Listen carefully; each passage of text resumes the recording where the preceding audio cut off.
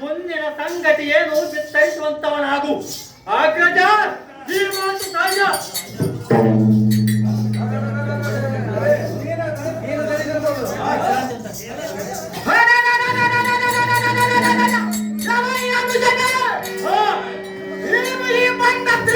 ಹಿಡಿದುಕೊಂಡು ಬಂದುವುದರಿದಿರಬಹುದು. ಸ್ವಲ್ಪ ವಿಶ್ರಾಂತಿಯನ್ನು ತೆಗೆದುಕೊಳ್ಳುವಂತವನಾಗು.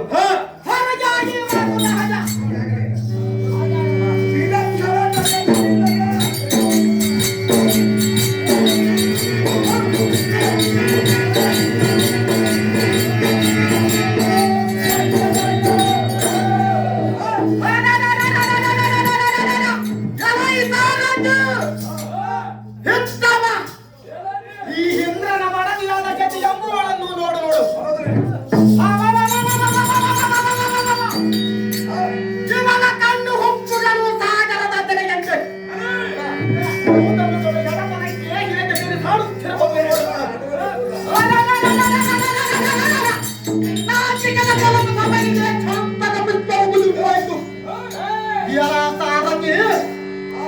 ಇವನ ಮನವನ್ನು ನೋಡು.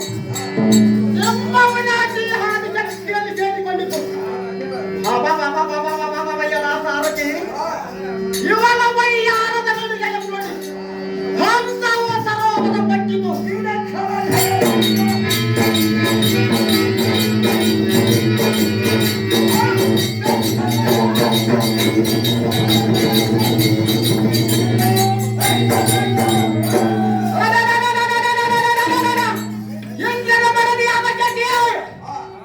ನೀನು ಮೌನದಿಂದ ಕುಳಿತಿರಲು ಕಾರಣವೇನು?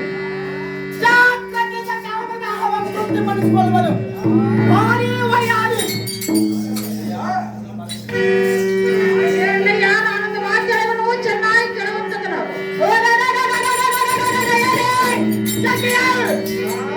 ಅದೇನು ಮಾತು ಸರ್ವತಾ ಮಗಳಿಸಿರು. ನಾರಿ ವಿಷಯ ಕೇಳುವಂತದ್ದು ನಾವು ಮೂರ್ಖರು ಮೂರ್ಖರೇ ಸರ್ವತಾ ಮಗಳಿಸಿರು.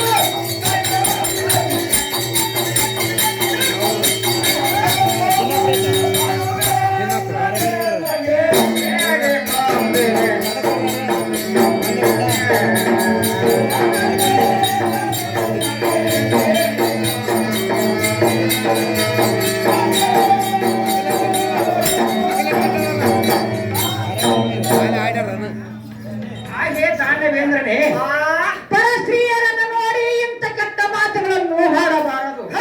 ಅಣ್ಣಯ್ಯ ನಾಲಿಶಿಕೆಯರು ಹೇಳಿದನು. ಪರನಾರಿ ವಸ್ತು ಆತ್ಮವಸ್ತು, ಲೋಷ್ಟವತ್ತು ಶ್ರೇಷ್ಠವತ್ತು, ಪಾಶತೆ ಪಚ್ಚತೆ. ಹೇ ಸುಖ ಮಹಾರಾಜರೇ, ಪರ ಹೆಣ್ಣು ಮಕ್ಕಳನ್ನು ತಾಯಿಯಂತೆ ಭಾವಿಸಬೇಕು. ಪರ ದೈವವನ್ನು ಭೋಗಿಯಂತೆ ತಿಳಿಯಬೇಕು.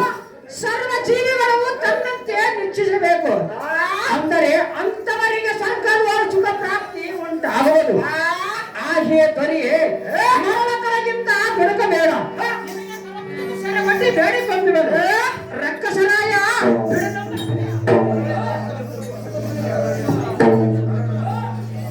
ಓ, ಲ, ಲ, ಲ, ಲ, ಲ.